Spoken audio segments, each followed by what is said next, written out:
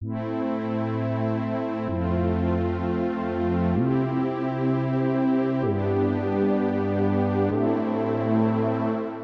1914年7月28日开始的那场波及全世界多数国家的世界大战，历时4年之久，30多个国家，15亿人口被卷入了战争。其中，英法比3国的军队同德军对抗的西线是最具有决定性意义的。1914年8月3日，英国因德国入侵比利时而对其宣战，要求必须维持比利时的中立。仅仅过了1个月，德军的军事推进已经来到了距离巴黎仅70公里的地方。不过，在第一次马恩河战役中，英法两军借由出现在德军第1、第2军团之间的缺口进行强攻，迫使德军撤退，成功阻挡了德军继续前进的步伐，致使后者撤退至埃纳河北边处，转入战略防御，并开始在此处挖掘战壕。这也成为了在接下来3年西线僵持局面的开始。很快，从北海到瑞士边境的土地上，双方各自延伸其战壕系统。在战争初年的圣诞准备期间，曾陆续出现一些和平倡议。在接近1914年年尾，同时也是第一次世界大战的第1个圣诞节时，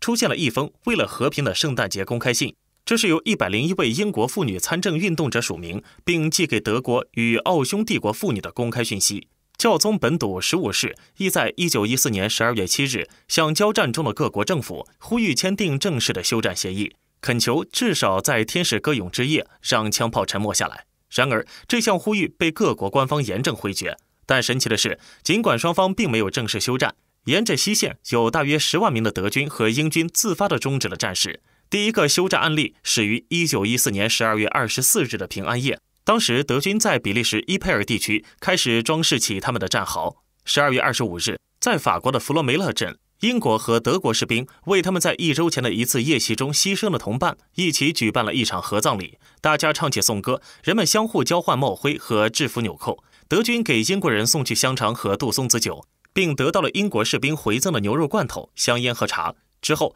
陆续有两军的士兵放下武器，走到一起共同欢庆节日。西线出现了特殊的无战事。同样一个特殊的平安夜发生在1944年，那时的欧洲正经受着第2次世界大战的摧残。在希特勒指挥下的德军装甲师早早就征服了大半个欧洲，欧洲人已经在纳粹分子的阴影下挨过了恐怖的4年。然而，在盟军进行诺曼底登陆之后，欧洲战局出现了不小的逆转。盟军在西线对德军发动大举反攻，德军节节败退，甚至连德国总指挥部都感受到了失败的威胁。1944年12月16日，孤注一掷的希特勒亲自下令发动了一场被称为突线战的战役，以希望通过对盟军发动一场闪电战来撕裂英美盟军的战线。希特勒所畏惧的是，盟军在持续东进的过程中，如果通过了巴登地区的战略要地，那将对德国国境造成直接威胁。巧合的是，德军在几年前恰恰是通过穿越巴登森林而一举包抄了英法联军，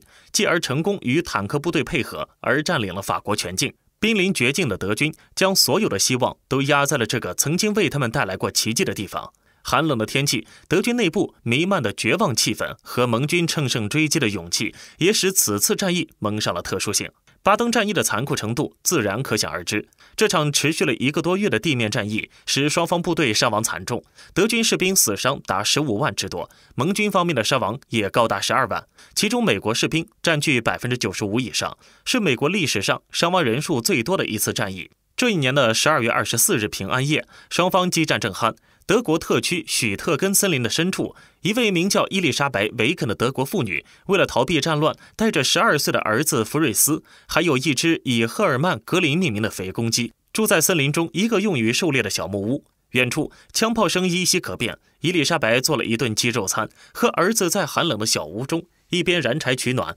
一边静静等待丈夫回来团聚。她的丈夫应征在附近小镇当民防军，是一名厨师，一家人每天的食物都靠丈夫带回来。突然，宁静的气氛被一阵急促的敲门声打断。小福瑞斯以为是镇上工作的父亲回来了，连忙跑去开门，谁知门前竟站着2名头戴钢盔的士兵，并用他们听不懂的语言试图与小福瑞斯对话。母亲伊丽莎白突然意识到，站在门口的应该是美英等军攻入德境的士兵。伊丽莎白连忙出门查看，只见迎面站着2位士兵，满身是冻伤，还有一名则躺在雪地上，大腿中弹，正满脸痛苦地按着自己咕咕流血的伤口。这3个美国大兵是美军第8师第121步兵团的士兵，与自己的部队走失，在漫天的风雪中，他们一面躲避德军的追击，一面寻找己方的阵地，已经在森林整整徘徊了3天3夜，饥寒交迫。荷枪实弹的美国大兵没有一脚踹开木屋，没有举枪杀人，他们站在门前恳请主人的收留。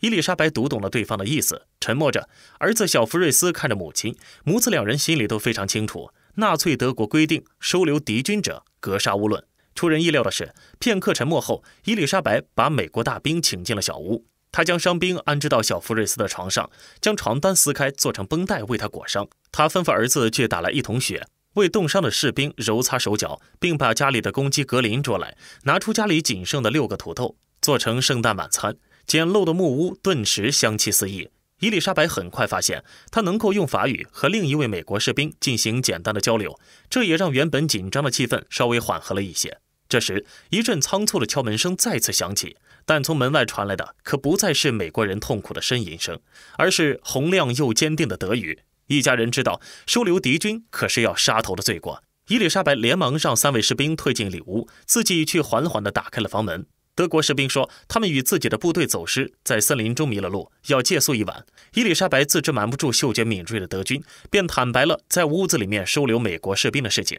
伊丽莎白温柔地说，欢迎进来暖和身子，也欢迎和我们共享圣诞晚餐。不过我们还有其他的客人，这些人不是你们的朋友，希望你们容纳他们。德军士兵们的眼睛齐齐盯着伊丽莎白，伊丽莎白平静地看着他们说，今天是平安夜，你们谁也不许在这里大动干戈，请将武器放在门外。最后，德军士兵放下武器，走进小木屋。此刻，小木屋里的美国大兵早已准备好决一死战。一名叫拉尔夫·布兰克的士兵已经亮出了手枪，手指就扣在扳机上。伊丽莎白拦在他面前，用法语说了同样的话：今晚是平安夜，不准杀戮，请把枪给我。伊丽莎白同样收缴了美国大兵的武器，德美双方的士兵就这样共处一室。因为房子太狭小，双方士兵不得不紧紧地挤在一起，肢体碰触，他们彼此提防着，警惕着，不是你死就是我活的战斗随时会发生。唯有伊丽莎白面带微笑，一边和他们说话，一边忙来忙去准备圣诞晚餐。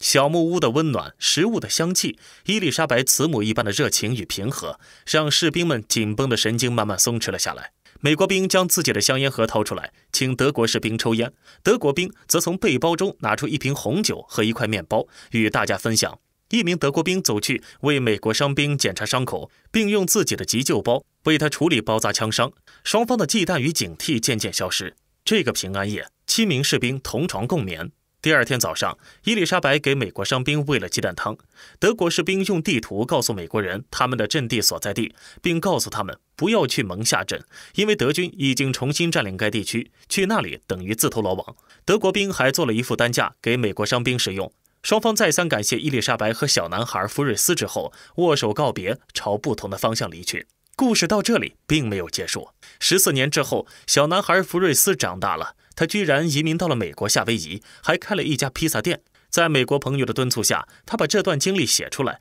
投稿给了读者文摘。2002年，福瑞斯辞世。同年，好莱坞出品了一部根据这个故事改编的电影，名字叫《寂静的夜》，又名《遭遇平安夜》，讲述了伊丽莎白这位普通的德国妇女在这场残酷的战争中拿出超人的勇气制止杀戮的故事。她的善良超越了敌我、种族和国家，唤醒了人们内心深处不可泯灭的人性。本期的视频就到这里了，请持续关注我们，既可以收看最新视频，又能浏览往期的精彩。欢迎在评论区留言，我们下期再见。